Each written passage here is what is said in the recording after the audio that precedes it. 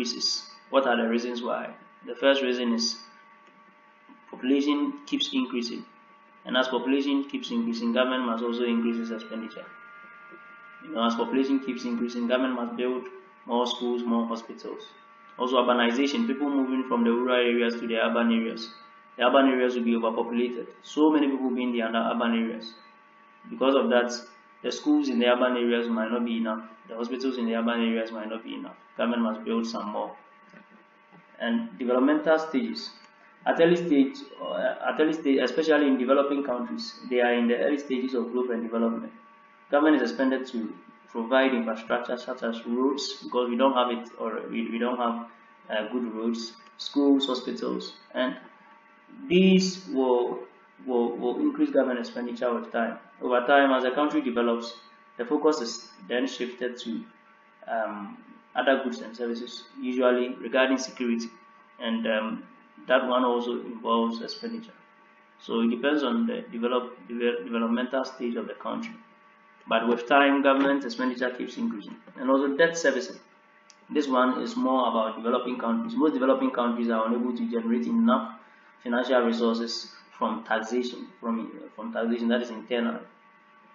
So what happens is the government resorts to borrowing because of pressures on the government to provide certain goods, and we would have to be paying back these loans with interest. And these borrowings also, they are not so bad, because the goods and services sometimes the government provides from these funds are very much needed. So these are the reasons why government expenditure keeps growing. Market failure.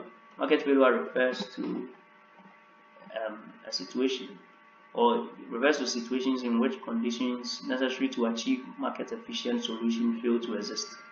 Those who need some particular goods and services are not receiving them, there is market failure. Some goods and services that are not needed but are domiciled in a particular place is market failure. For instance, it is not every city where there is a farm. So if there are so many commodities in the village and they cannot be brought to the city, it's market failure. Because of this, government comes in and ensures that market failure is corrected. Now, there are many reasons for market failure. The first is the need for public goods. A public good is any good that does not decrease in quantity when it is consumed by one person. The example is the air we breathe, roads.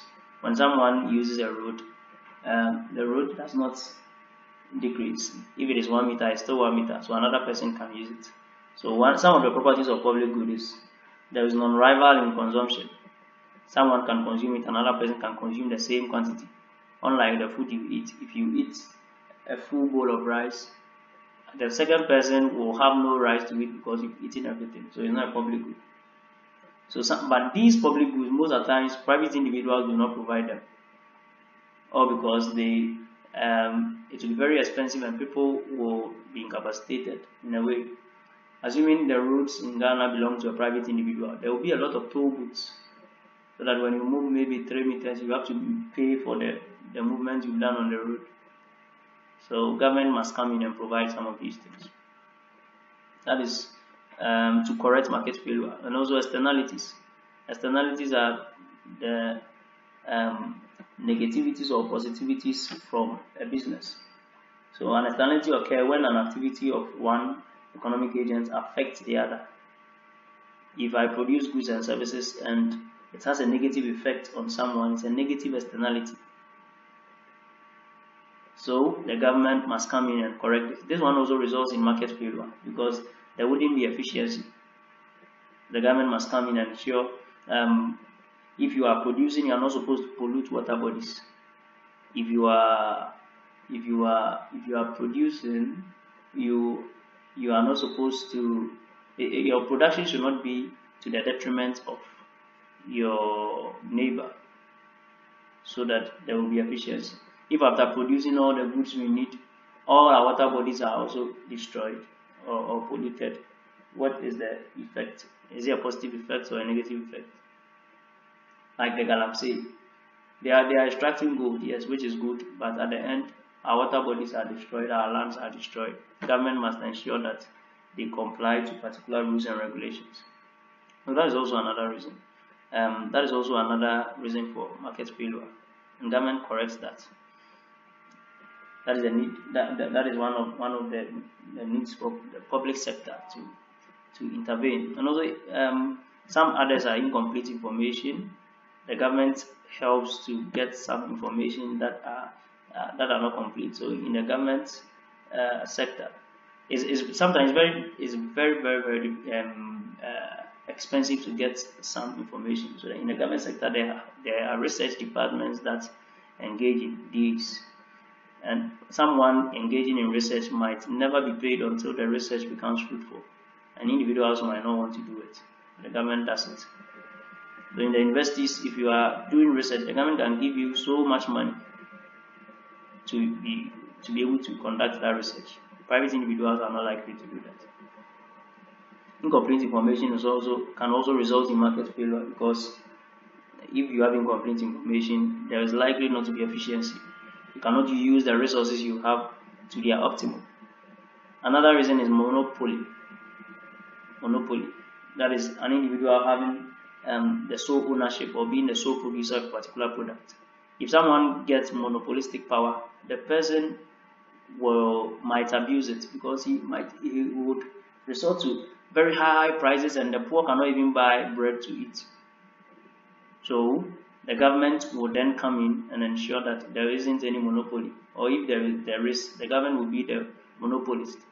For example, provision of electricity, the government is a monopolist in that, and the government has priced it very low so that everyone can have access to electricity. Another is uncertainty. Uncertainty might make a lot of people not go into some businesses because they are afraid they will lose everything. Maybe the businesses are also very important. It's needed. If no one engages in such a business, the economy might not grow. So the government will then go into it to ensure that if there are some benefits, the whole economy gets. So these are some of the reasons for market failure. We've talked about government expenditure. I want to talk about government revenue. Revenue income, the money government receives.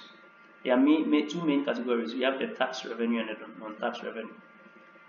The tax revenue is money received from tax. And what is a tax? A tax is a levy imposed on an economic agent, maybe an individual or business, by the government. For taxes, we have two types. We have direct tax and indirect tax. Direct taxes are imposed on income, property, and wealth of individuals and businesses. However, indirect taxes are imposed on goods and services, transactions, and also privileges. Examples are sales tax, purchase tax, value-added tax. I don't know if you heard of it before. VAT, import duties, export duties. These are indirect taxes. Why does government impose taxes? To generate revenue for the government, which is self-explanatory. To redistribute income and wealth, to take some money from the rich and give it to the poor, so that everyone will have enough money to spend and to cater for their basic needs. To stabilize the economy.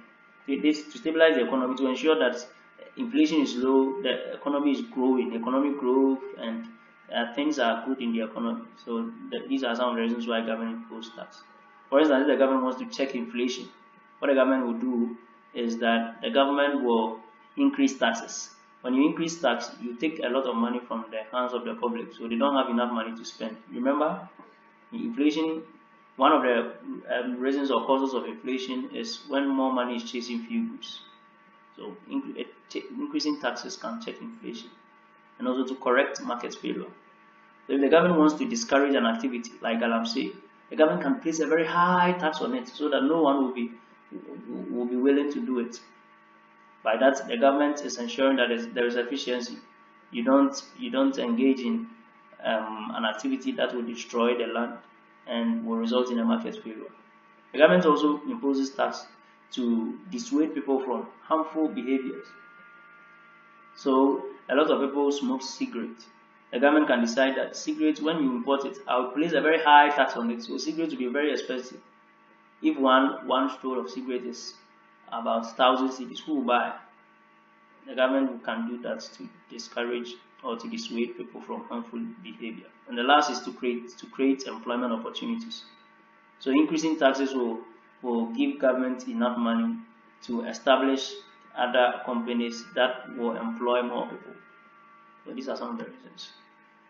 There are 5 main principles of tax I'd like you to take note of. We have the benefit principle. Benefit principle. This is what the principle states. Those who benefit more from the use of the tax should be made to pay more in taxes. That's the benefit principle. Ability to pay principle. The rich are supposed to pay more than the poor. So the rich pay more, the poor pay less. Equity principle. For equity, we have 2 types of equity. We have horizontal equity and then vertical equity. But the equity principle is to ensure that there is fairness. The tax is fair. The vertical equity, individuals and businesses earning higher levels of income should be made to pay more than those earning lower levels of income. That is vertical equity. If you are earning high, pay high. If you are earning low, pay low. Horizontal equity. If you are earning the same amount, then pay the same amount as tax. And we have the efficiency.